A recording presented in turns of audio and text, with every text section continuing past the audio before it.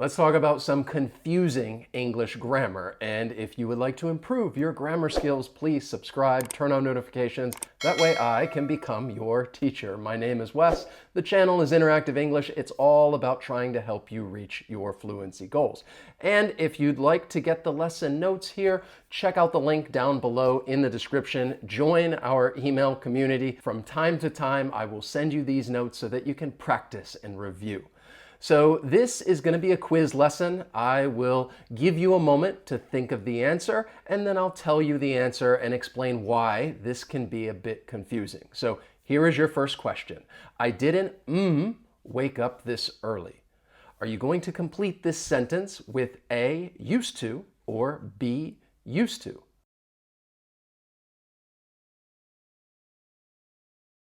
I hope that you chose A, used to.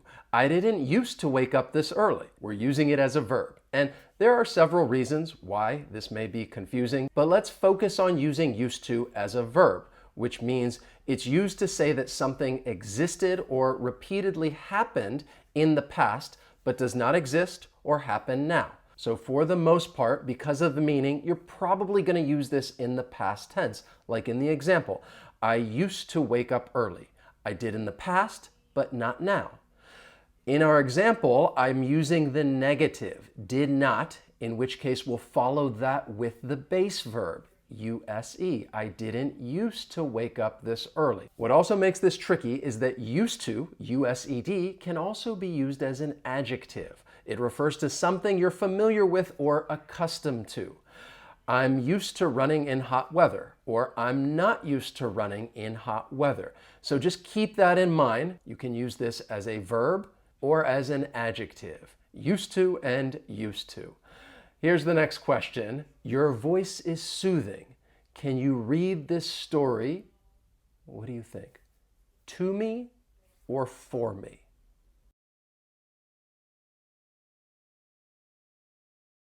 Now, technically speaking, either one is correct, but this is my opinion. I feel like in this context, I think it's probably a little more appropriate to use A, to me. Your voice is soothing. Can you read this story to me? And the key word in this case is soothing. This is my opinion, and because of that, I'd like to hear your voice. Can you read it to me? Instead of for me, which is like, well, I just don't want to be responsible for this thing.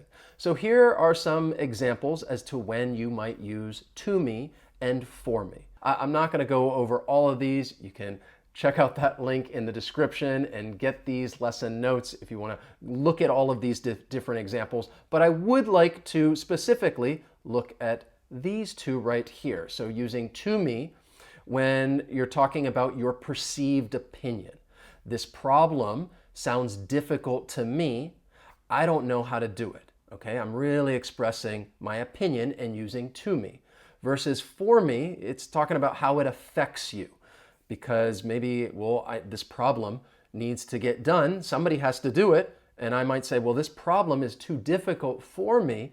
I can't solve it. Again, when thinking of the example, if I were to say, well, your voice is soothing, can you read this to me?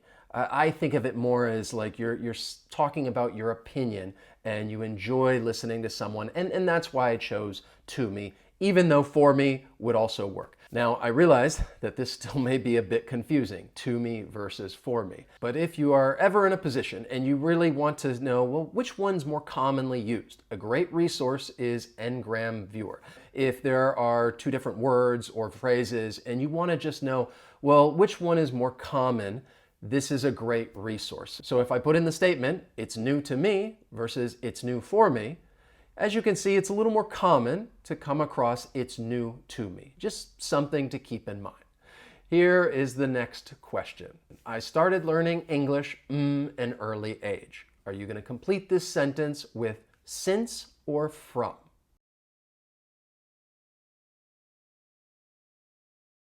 So the correct answer is B, from. I started learning English from an early age. Let's look at the difference between from and since. You're going to use from to denote the starting point of an event, action, or journey. You're going to use since to indicate a point in time that continues to the present. And look at some of those examples. The doctor will be here from 10 a.m. tomorrow versus the doctor has been here since 10 a.m. We're starting at that point since 10 a.m. and continues to the future. The exhibition runs from March to May. All right, we're talking about that action, that event, versus the exhibition has been running since March. Again, we're using it as a point in time. Here is your next question. We decided to go out the rain. Are you going to complete this sentence with in spite of, despite, or are both of them correct? This is kind of a trick question because the correct answer is C. Both are correct. We decided to go out in spite of the rain, or we decided to go out despite the rain. In spite of and despite. And I've taken this from Cambridge's online dictionary. In spite of and despite have a similar meaning to although or even though. They express a contrast between two things. And I've given you a couple of examples. They arrived to the airport late despite leaving in plenty of time. Or they arrived to the airport late in spite of leaving in plenty of time. How about this one right here? She's New York City. She'll be back tomorrow. Are you going to complete that with been to or gone to?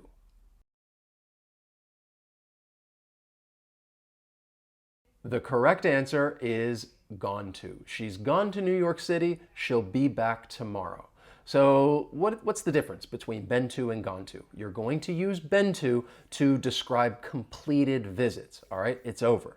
You were there and then you're back.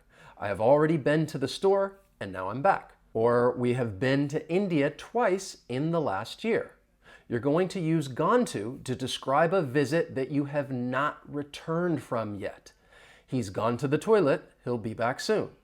Or you just missed her, she's already gone to bed. So really there is a distinct difference between been to, in which it's completed, versus gone to, and you're not back yet. Here is your next question. Did you watch my new lesson? YouTube. Which preposition are you going to use? In, on, or at?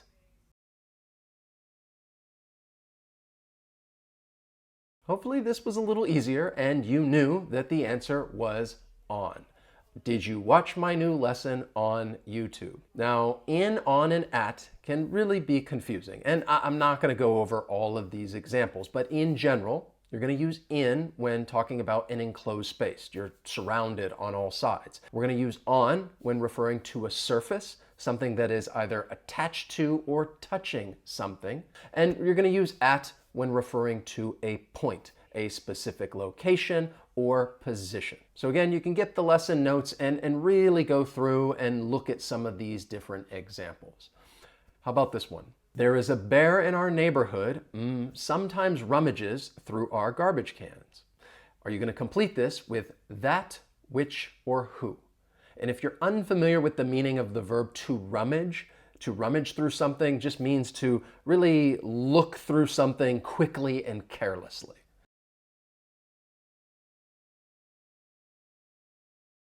These relative clauses can be tricky, but I hope that you chose A, that. There is a bear in our neighborhood that sometimes rummages through our garbage cans. So let's talk about these relative clauses, that, which, and who. So in general, you're going to use that when referring to people, animals, or things. You're going to use which when referring to animals or things, and you're going to use who when referring to people. This information is either going to be part of a restrictive clause, which means that the information is needed. So in that case, you're going to use either that or who. Or if it's a non-restrictive clause, in which case the information is not necessary in order to understand the meaning, you'll use which or who. In our example, we're talking about a restrictive clause, and we're talking about an animal. So in this case, I think that is the preferred relative clause to use. And I say preferred because if you chose which, technically it is not incorrect. I think using which would probably be a little more common in British English, but because I'm from the US, I'm giving you that perspective, and in that case, that is the preferred relative clause. How about our next question right here? At the store, we need to pick up some fruit. Apples, bananas, and watermelon. Are you going to complete this with EG or IE? When making a list, you're going to use EG because it stands for example. At the store, we need to pick up some fruit. For example, e.g., apples, bananas, and watermelon. So e.g., as I just said, stands for example. I love eating exotic fruits. For example, durian, passion fruit, horned melon, guava, and jackfruit. Yes, I love my exotic fruits. Whereas IE is an abbreviation. It stands for in other words. The fact that they came up with something like, I'm not even going to try to pronounce it, in other words, the fear of long words, because that is what the word means, shows that psychiatrists do have a sense of humor. And this is a funny little example using this very long word. I'm afraid of spiders. That's called arachnophobia. What are you afraid of? Long words. He says that's called hippopotamus. I'm not even going to try to pronounce it, but it's a fun little joke that I wanted to share with you. Here is the next one. All applicants submit their resumes by the 1st of the month. Are you going to use must or have to?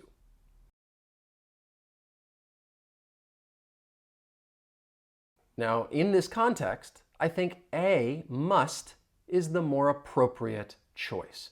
So must and have to, they are a bit similar, but as you can see, there are some distinct differences as to when it is more appropriate to use must and when it is probably more appropriate to use have to. So just as a quick example, you're going to use must when expressing something that is required. You must report to training camp by the end of the month. Whereas have to, you might use that to express necessity. I have to make a dentist appointment. So in this case, I really think it's expressing something that is required, which is why I would say all applicants must submit their resumes by the 1st of the month. What do you think about this one? We are going where no man has gone before. Are you going to complete this with to go boldly or to boldly go? This is a little bit of a trick question, but I'm going to say the answer is B, to boldly go, only because this is a direct quote from the TV series Star Trek. We're going to boldly go where no man has gone before. But really what we're talking about are split infinitives. And I've taken this from Merriam-Webster's dictionary. So what it was basically saying is that it's preferred not to split the infinitive, but if people do that, and I think this would be more common in spoken English, it's still considered correct. So here are some examples. Preferred, she decided to quit her job immediately. Now, if I wanted to split that infinitive, I could say she decided to immediately quit her job. Or the preferred, the doctor told me to check my blood pressure regularly. If I wanted to split that infinitive, the doctor told me to regularly check my blood pressure. Something to keep in mind. How about this one? Did you catch fish today? Are you going to complete this with some or any? This may be a little easier, but still confusing. I hope that you chose B, any. Did you catch any fish today? Because we're talking about a question. So some versus any. In general, we're going to use some when making affirmative statements. I have some extra pizza. Now, there are some exceptions, and I've also included some useful phrases if you want to check those out. But if we're talking about any, we're going to use that when making negative statements or asking questions, like the one I just asked you. Did you catch any fish today? Now, once again, there are some exceptions and useful phrases with any as well. But let's move on to the next question, which is this. Which question is grammatically correct? Who do you believe or whom do you believe?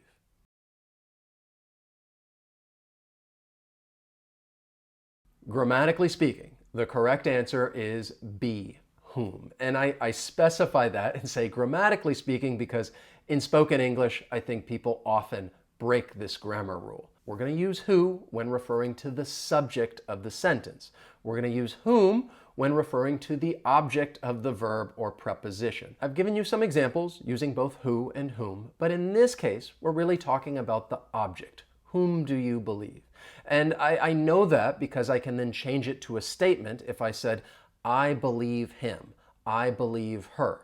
Him and her, those are object pronouns, so we're talking about the object with this question. Whom do you believe? Now, I mentioned that this grammar rule is often broken, and to prove my point, we can just check out Ngram Viewer, and I could put in the question, whom do you believe versus who do you believe? And as you can see, who do you believe is more commonly used. Again, that does not mean it's grammatically correct, but just something to keep in mind. So here is a little review of all of the different grammar concepts that we went over. Again, if you'd like to get these notes, check out the link down below in the description and join our email community. If you enjoyed this lesson and learned something new, please hit that like button. As always, thank you so much for watching, and I will see you next time. So long.